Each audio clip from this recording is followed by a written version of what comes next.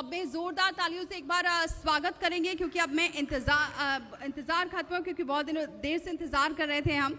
विजय लक्ष्मी जो ग्राम विकास मंत्री हैं, तो बहुत स्वागत है मैम, प्लीज मंच पर आएँ आप। और मैं साथ में जी उत्तर प्रदेश उत्तराखंड के एडिटर रवि चंद्र जी से कहूँगी कि उनका स्वागत करें।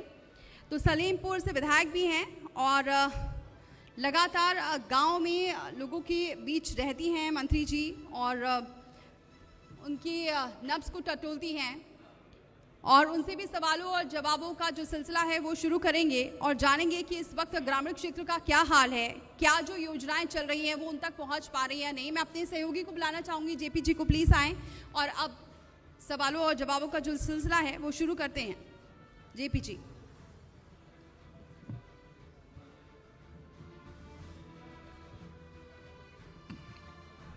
शुक्रिया। लगातार हम बात कर रहे हैं और उत्तर प्रदेश की बात कुशीनगर से।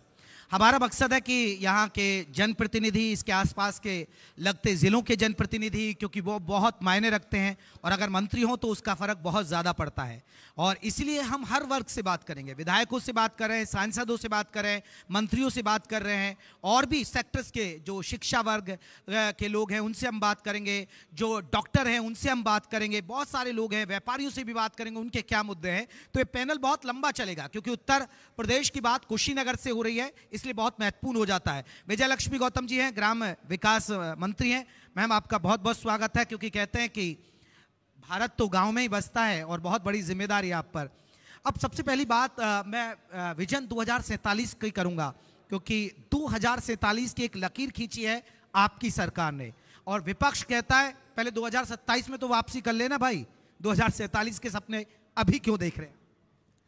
नमस्कार, मैं तथागत बुद्ध की धरती पे ये जी न्यूज़ का जो ये कार्यक्रम हो रहा है, आपने मुझे यहाँ बुलाया, आपका बहुत बहुत अभिनंदन करती हूँ।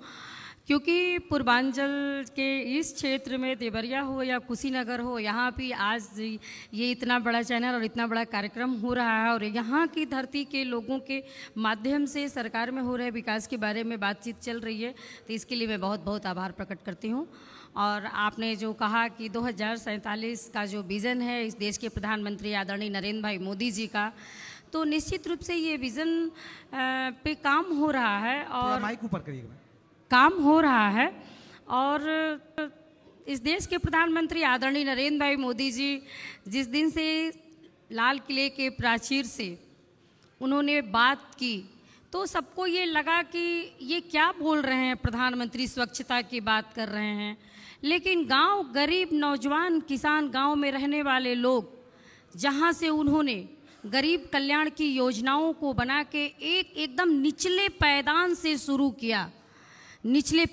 शुरू किया, और आज गांव-गांव में आप देखेंगे कि स्वच्छ भारत मिशन के तहत काम हो रहा है। आज गांव-गांव में उन घरों में जहां पे दलितों के, पिछड़ों के, अति पिछड़ों के बेटियां, बेटे, बहू जो शाम होते ही खेतों में जाने लगते थे कि अपने शौच के लिए, लेकिन आज इस देश के प्रधानमंत्री आदरणीय नरेंद्र भाई मोदी जी ने प्रधानमंत्री शौचालय योजना, ये स्वच्छता मिशन के तहत ये एक बहुत बड़ी योजना है, और उन गाँव के लोगों में बहू बेटियों के लिए ये बहुत बड़ा वरदान साबित हुआ कि सरकार ने इस निचले स्तर पर, जो कभी किन्हीं सरकारों ने कभी सोचा नहीं करती थी, और उन्होंने सोचा, महिलाओं के लिए सोचा, तो ये गरीब कल्याण की जितनी योजनाएं हैं, मैं कहूँ विकसित भारत बनाने के लिए आज गांव-गांव में दलितों को, शोषितों को, वंचितों को जो लोग बात करते हैं, जिनकी बात आपने की कि 27 में आने का सपना देख रहे हैं, जो बात करते हैं, बड़े लंबे समय तक इस उत्तर प्रदेश में उन्होंने शासन किया और कभी भी दलितों, पिछड़े, अति पिछड़ों के बारे में कभी सोचा ही नहीं। आज हमारी सरकार देखिए लगातार सबका साथ, सबके विकास के साथ काम कर रही है। दलित हों, पिछड़े हों, अति पिछड़े हों, सबके लिए सरकार तमाम तरह की योजनाएं बना रही है। आज मैं कह सकती हूँ कि हमारे माननीय मंत्री जी बैठे थे। मैम, आपने योजनाओं का क्योंकि जिक्र किया, अब हम योजनाओं की बात करें तो आपको लगता है कि जो योजनाएं ग्रामीण इलाकों में चल रही हैं वो ग्रामीण लोगों के लिए बनाई गई हैं वो उन तक पहुंच पा रही हैं? क्योंकि योजनाएं तो बहुत होती हैं, लेकिन चाहे हम बात करें पीएम आवास योजना की बात करें या फिर मनरेगा की बात करें या सम्मान निधि की बात करें, बताया जाता है योजनाएं तो चल रही है लेकिन उन तक पहुंच नहीं पा रही, क्योंकि बीच के ऐसे लोग हैं जो ऐसा घपला करते हैं कि उन तक ये योजनाएं पहुंच नहीं पाती। ये मैं आपको बता देना चाहती हूँ कि जब से इस देश में प्रधानमंत्री आदरणीय नरेंद्र भाई मोदी जी की सरकार है और उत्तर प्रदेश में मुख्यमंत्री परम पूज्य योगी आदित्यनाथ महाराज की सरकार है, लगातार भ्रष्टाचार मुक्त डिजिटली ये जनधन जो खाते खोले गए थे, सरकार की जितनी गरीब कल्याण की योजनाएं हैं उन सारी माताओं बहनों किसानों में बिना बिचौलिए बिना दलाल के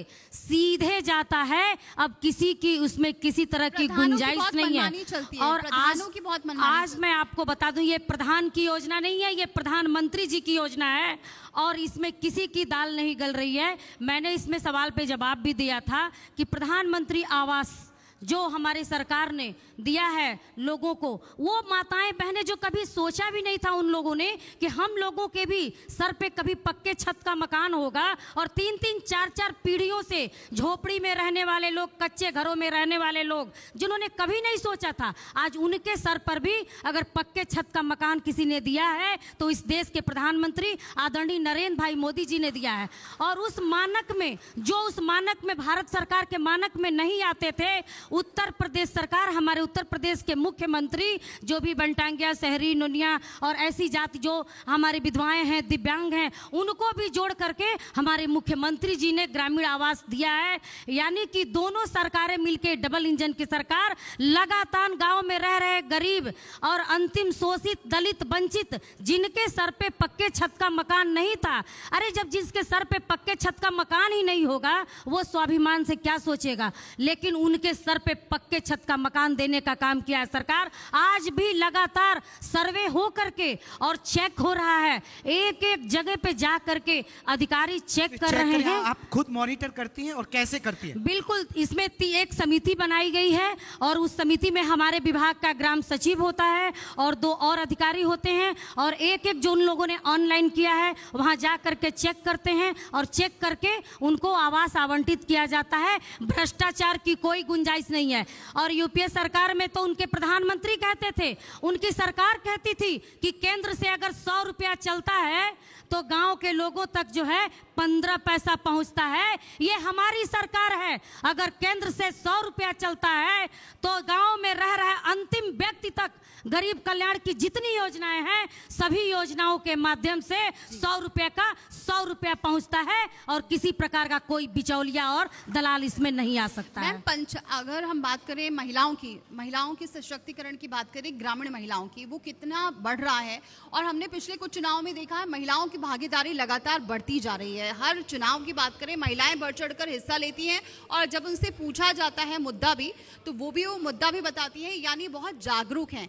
ऐसे में ग्रामीण क्षेत्रों की अगर बात करें तो उसके लिए क्या कार्य किया जा रहा है और उनके सशक्तिकरण के लिए क्या योजनाएं? निश्चित रूप से इस देश के प्रधानमंत्री आदरणीय नरेंद्र भाई मोदी जी ने जो विकसित भारत का सपना देखा है तो हमारा एक पहिया चल करके भी सशक्त और मजबूत नहीं होगा। ये हमारा डबल पहिया जो हमारी महिलाएं हैं और जो हमारे भाई हैं दोनों ही जब आगे बढ़ेंगे, दोनों का विकास होगा, दोनों का बराबर विकास होगा, तब जाकर के हम विकसित भारत का सपना पूरा कर सकते हैं। आपको मैं बता दूं आज गाँव में हमारी कम पढ़ी लिखी बहनें भी स्वयं सहायता समूह के माध्यम से अपने आप को सशक्त और मजबूत कर रही हैं, रोजगार से जोड़ रही हैं। लगातार सरकार उनके खातों में पैसा दे रही है सीसीएल के माध्यम से। मैं आपको बता देना चाहती हूं कि आज हर सेक्टर में हमारी सरकार एकदम फ्रीडम दी है। आज आप यहाँ बैठ के बोल पा रही हैं, हमारी डॉक्टर इंजीनियर कलेक्टर जितनी भी हमारी बहनें आज लगातार संख्या बढ़ रही है। आप जहाँ देखिए वहाँ सीडीओ, जहाँ देखिए वहाँ एसडीएम, आज अस्पतालों में देखिए जहाँ देखिए डॉक्टर, और हमारे गांव में हमारी आंगनबाड़ी दीदियाँ, आप गांव में देखिए रसोईया। इतना ही नहीं, मनरेगा में हमारे भाइयों के साथ साथ हमारी बहनों को महिला मेट बनाया गया है ताकि वो चेक करेंगी। इतना ही नहीं, उन क्षेत्रों में जिन क्षेत्रों में कभी बहनें महिलाएं काम नहीं करती थी, उन क्षेत्रों में भी हमारे बहनों को रोजगार के अवसर प्रदान किए जा रहे हैं। खेल के लिए जगह जगह जितने हमारे बेटों को आगे किया जा रहा है, हमारी बेटियों को भी आगे किया जा रहा है। यानी कि हर सेक्टर में हमारी सरकार जितना हमारे बेटों के लिए काम कर रही है, उतना हमारी बेटियों के लिए, हमारी बहनों के लिए काम कर रही है। हमारी बहनें जब सशक्त होंगी, मजबूत होंगी, तब जाकर के हमारा विकसित भारत होगा। यानी कि ये डबल दोनों ही चीज, हमारे पुरुष, हमारे भाई आगे बढ़े, हमारी बहनें आगे बढ़े, तब जाकर के हमारा ये देश सशक्त और मजबूत होगा, आत्मनिर्भर होगा और विकसित भारत का जो हम 2047 में सपना देखे हैं, वो सपना पूरा होगा। बिल्कुल मैम, आपने एक लंबी फेहरिस्त गिनाई महिलाओं के सशक्तिकरण को लेकर, विकास की योजनाओं को लेकर, लेकिन जब हम चुनावी पिच पर आते हैं तो पीडीए भारी पड़ गया 2024 में। मुझे लगता है आपके संसदीय क्षेत्र भी लगता है शायद, मुझे लगता है पीडीए भारी पड़ गया। मुझे लगता है कि आपने ये बहुत सही सवाल किया है, और खास करके मुझसे, क्योंकि इस पूर्वांचल की मैं एक दलित की बेटी हूँ और मैं उत्तर प्रदेश सरकार में उत्तर प्रदेश के मुख्यमंत्री परम पूज्य योगी आदित्यनाथ महाराज जी के सहयोगी मंत्री के रूप में काम कर रही हूँ। आज तक इतने लंबे समय तक सत्ता में रहने के बाद भी किन्हीं भी सरकारों में याद नहीं आया कि किसी दलित की बेटी जो है सरकार में रहनी चाहिए, किसी दलित का बेटा सरकार में रह करके काम करना चाहिए, कभी याद नहीं आया। आज उत्तर प्रदेश सरकार में 5-5, 6-6 दलित मंत्री बन करके काम कर रहे हैं और केंद्र सरकार में भी 12-12, 14-14 दलित मंत्री काम कर रहे हैं। ये है पीडीए हमारी सरकार की और ये है लोकतंत्र। रही बात पिछले चुनावों की, तो जो गुमराह करने वाली बात की, बाबा साहब के संविधान को लेकर के गुमराह करने की बात थी, जो कभी हमारी सरकार ने किया ही नहीं। हमारी सरकार जब से बनी, बाबा साहब भीमराव अंबेडकर की संकल्पना पे, जो बाबा साहब ने सोचा था, जो पंडित दीनदयाल उपाध्याय ने सोचा था, जो हमारे पार्टी की संकल्पना थी, एकात्म मानववाद, अंतिम व्यक्ति तक बिना जाति पाति भेदभाव के सारे कल्याणकारी योजनाओं को पहुंचाना, वो हमारी सरकार कर रही है। और हमारे ये पीडीए के सारे लोग देख रहे हैं, कहां थे ये लोग जब सरकार में थे, जब निषाद राज का इतना बड़ा जो है इलाहाबाद के प्रयागराज के श्रृंगवेद में इतना बड़ा पार्क आप देख रहे हैं, गले लगा के, और वहां पर चल रहा है श्री राम जी का इतना बड़ा पार्क बना है 10 एकड़ में। हमारे जो है सुहेल देव जी का बना है यहाँ पे 40 फीट बहराइच में इतनी बड़ी प्रतिमा, और जगह जगह आजमगढ़ में सुहेल देव के नाम से यूनिवर्सिटी खुली है। आज कृषि विश्वविद्यालय में जहां जहां आप देखिए पास हुआ है राज्य कृषि विश्वविद्यालय, जहां जहां है माता सबरी के नाम से उसमें जो है भोजनालय खोला जाएगा और माता सब्सिडी पर वो गरीबों को भोजन दिया जाएगा, विश्रामालय भी खोला जाएगा। ऐसी स्थितियां, ये हमारे महापुरुष, आज रविदास जी के नाम से कौन जानता था? इन सरकारों में रविदास जी का नाम कौन लेता था? हमारी सरकार, हमारे उत्तर प्रदेश के मुख्यमंत्री रविदास जी का 2-2 जो है लेदर पार्क खोलने की योजना दी है। की बात कह रहे हैं, संत कबीरदास के नाम से, संत कबीरदास के नाम से टेक्सटाइल 10-10 खोलने के लिए हमारे मुख्यमंत्री योगी आदित्यनाथ महाराज जी ने दिया है। जो हमारे इस पीडीए के महाभगवान माने जाते हैं, हमारे पीडीए के लोग जो उनको अपना भगवान मानते हैं, उन भगवान के सम्मान के लिए हर जगह अगर किसी ने काम किया है तो योगी आदित्यनाथ महाराज जी ने उत्तर प्रदेश में किया है। और ये लोकतंत्र है। पीडीए के नाम पर अब बाबा साहब याद आए हैं। बाबा साहब तब याद नहीं आए थे जब प्रमोशन से, दलितों के प्रमोशन से आरक्षण हटा दिया गया था। बाबा साहब तब याद नहीं आए थे जब बाबा साहब की जगह जगह जो है मूर्तियां तोड़ दी जाती थी, तब बाबा साहब याद नहीं आते थे। लेकिन मैम एक मिनट, अभी जो बसपा सुप्रीमो मायावती वो भी लगातार कहती आती हैं कि पीडीए की राजनीति सारी पार्टियां कर रही हैं, लेकिन बस वोटों की राजनीति हो रही है और जो दलित समाज है उसे गुमराह किया जा रहा है। ये सभी पार्टियां मिलकर गुमराह कर रही हैं। हमारी सरकार दलित समाज के लिए, उनके उत्थान के लिए, उनके विकास के लिए प्रतिबद्ध है और काम कर रही है। उनको मकान, उनको आवास, उनको राशन, उनका शौचालय, उनके लिए रोजगार, इन सारे मुद्दों पर हमारी सरकार काम कर रही है, लगातार कर रही है। बिना बिना जाति पाति भेदभाव के कर रही है। हर गरीब के लिए कल्याणकारी योजनाएं बना करके उनके उत्थान और विकास के लिए कर रही है। जब ये सत्ता में थे तो कुछ कर नहीं पाए, अब पछता रहे हैं। तो चिड़िया चुग गई खेत वाली कहावत याद आ रही है कि अब पछताए क्या हुआ जब चिड़िया चुग गई खेत। जब आप सत्ता में थे, गरीबों के लिए काम करना था, दलितों के लिए काम करना था, अति पिछड़ों के लिए काम करना था, आपने कुछ भी नहीं किया। और अब आप हाय संविधान संविधान ही है जिसको लेकर के आज आप रो रहे हैं, चिल्ला रहे हैं। इसके पहले आपको संविधान नहीं आता। फॉर्मूला इनका हिट होगा या फ्लॉप होगा? 2024 में हिट रहा है। बिल्कुल फ्लॉप होगा। पीडीए के लोग समझ चुके हैं कि जब ये सत्ता में थे तो पीडीए का कितना शोषण किए थे और जाति पात की राजनीति किए थे, भेदभाव किए थे, और ये लोग सिर्फ सत्ता का दुरुपयोग किए थे। ये पीडीए का एक एक व्यक्ति समझ चुका है, दलित, शोषित, वंचित, अति पिछड़ा समझ चुका है, और वो भयभीत नहीं है। 2027 में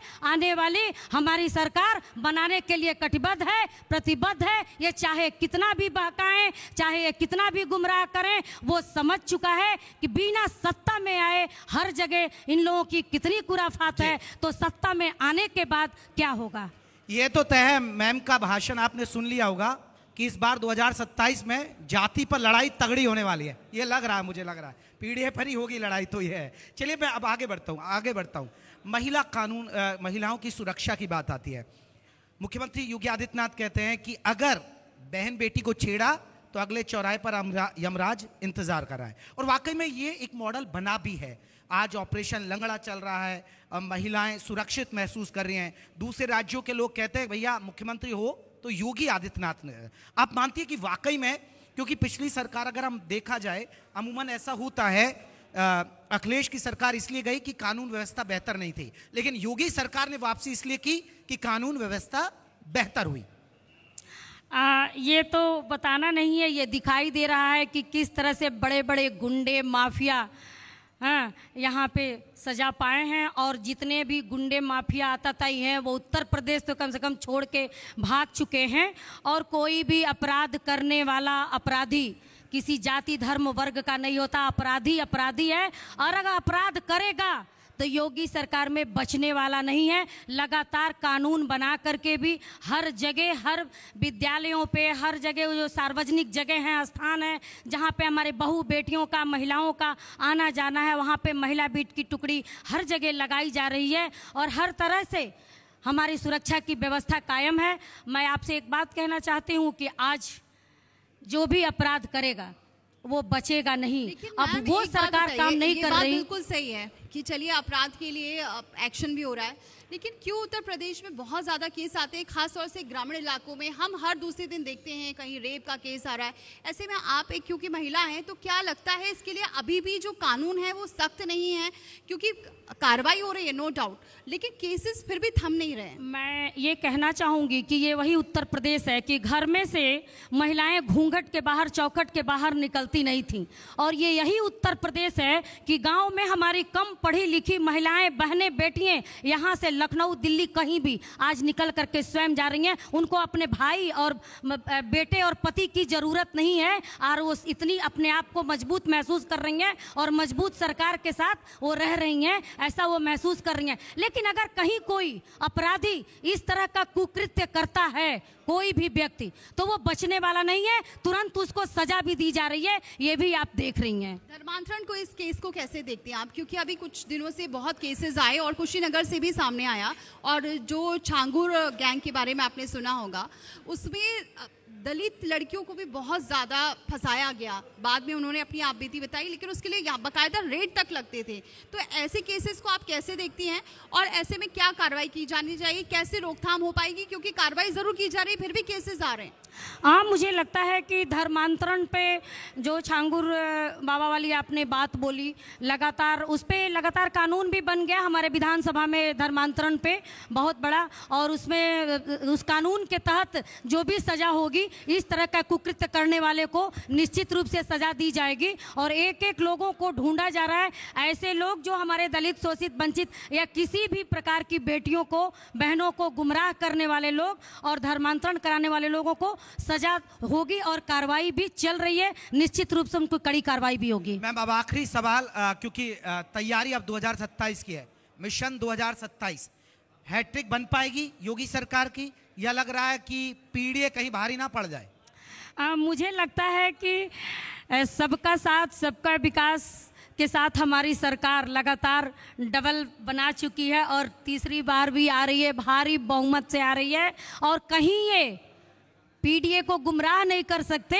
पीडीए सशक्त और मजबूत हुई है हमारी सरकार के साथ, और निश्चित रूप से पीडीए के लिए हमारी सरकार लगातार काम कर रही है और पीडीए जागरूक हो चुकी है, इनके बहकावे में आने वाली नहीं है। शोषित, दलित, वंचित, पिछड़े सबके लिए हमारी सरकार काम कर रही है और निश्चित रूप से सभी लोग संतुष्ट भी हैं और वो सरकार को आगे बनाएंगे। और तीसरी बार भी हमारी सरकार आ रही है, योगी जी की सरकार आ रही है। विजन 2047 की एक लकीर खींची गई, इस बार विधानसभा की कार्रवाई में देखने को मिला, उसे आप कैसे देखते हैं? निश्चित रूप से जो अगर कोई हम लक्ष्य बनाते हैं तो लक्ष्य पर आगे बढ़ने के लिए हमारी कार्रवाई धीरे धीरे आगे बढ़ती है। सरकार की जो हमारी कल्याणकारी योजनाएं हैं, नीचे से जमीन से उठा के, क्योंकि हर व्यक्ति के सर पे, हर माताओं, बहनों, गरीब, किसान, नौजवान के छत पे पक्के छत का मकान हो, राशन हो, नौकरी हो, बिजली हो, शौचालय हो, ये सारी चीज़ें हो, उसको भरपूर शिक्षा मिले और वो रोजगार से जुड़ सके, वो उद्यमी बने, तब जाकर के हमारा भारत सशक्त होगा, मजबूत होगा। इसके लिए हमारी सरकार ने डाल दी है और लोग जुड़ करके आज कहीं हमारे युवा नौकरी ढूंढते थे सिर्फ कि नौकरी पढ़ लिख के नौकरी पाएंगे, आज हमारे लाखों लाख युवा उद्यमी बन रहे हैं। यानी कि सरकार जो जिस दिशा में कदम अपना बढ़ाई है, युवा उसके साथ चल रहे हैं और सारे लोग जो विकसित भारत बनाने का सपना है उसमें सारे लोग आगे बढ़ रहे हैं। मैं तो कहूँगी कि आप आज जा करके देखिए, हर नगर में कम से कम हर नगर पंचायतों में 4-4 हज़ार, 5-5 हज़ार, 6-6 हज़ार, 8-8 हज़ार जो है आवास बने हुए हैं। सरकार की सारी योजनाओं से उनको संतृप्त कराया गया है। गाँव में जाके देख लीजिए, कभी जिन गाँवों में आवास नहीं हुआ करता था उन गाँवों में भी लोगों को आवास दे करके संतृप्त कराया जाए। गाँव में ग्राम पंचायत भवन, गाँव में अमृत सरोवर, गाँव में खेल का मैदान और गांव में हर जगह सारे हमारे अधिकारी आज पहुंच करके सारी योजनाओं को पूर्ण करा रहे हैं, भ्रष्टाचार मुक्त तरीके से करा रहे हैं। 10 साल हमारी भी सरकार हो गई, क्यों नहीं कोई उंगली उठा पा रहा है? क्योंकि हम रात दिन जग करके जनता की सेवा कर रहे हैं। चलिए मैम, 2027 नजदीक है, आपको भी हम शुभकामनाएं दे जाते हैं। चुनाव में मिलेंगे, मुलाकात होगी और देखते हैं किसमें कितना दम है। बहुत बहुत शुक्रिया आपका हमसे बातचीत करने के लिए। बहुत बहुत शुक्रिया मैम, बहुत बेबाकी से आपने सभी सवालों का जवाब दिया। लेकिन आप रुकिए, क्योंकि हमारे जो स्पॉन्सर्ड हैं, हम चाहेंगे कि उनका सम्मान किया जाए। लेकिन मैं सबसे पहले मैं गायत्री इंटरप्राइजेस से बुलाना चाहूँगी और एडिटर रमेश चंद्र जी, सर आप आइए। और उसके बाद मैं सभी अपने स्पॉन्सर्ड को बुलाना चाहूँगी, प्लीज़ आएँ। और सबसे पहले Harendra Kushwaha ji, Gayatri enterprises Padrauna, Livguard, inverter, battery और सोलर डिस्ट्रीब्यूटर, जनपद कुशीनगर और जनपद देवरिया के टॉप बिजनेसमैन हैं। लगातार 2 वर्ष से जीएसटी के मामले में भामाशाह पुरस्कार से सम्मानित हुए हैं हरेंद्र कुशवाहा जी। जोरदार तालियों से लगातार बजनी चाहिए, जोरदार तालियां बजाइए, क्योंकि इससे कार्यक्रम में उत्साह बना रहता है, जोश बना रहता है। और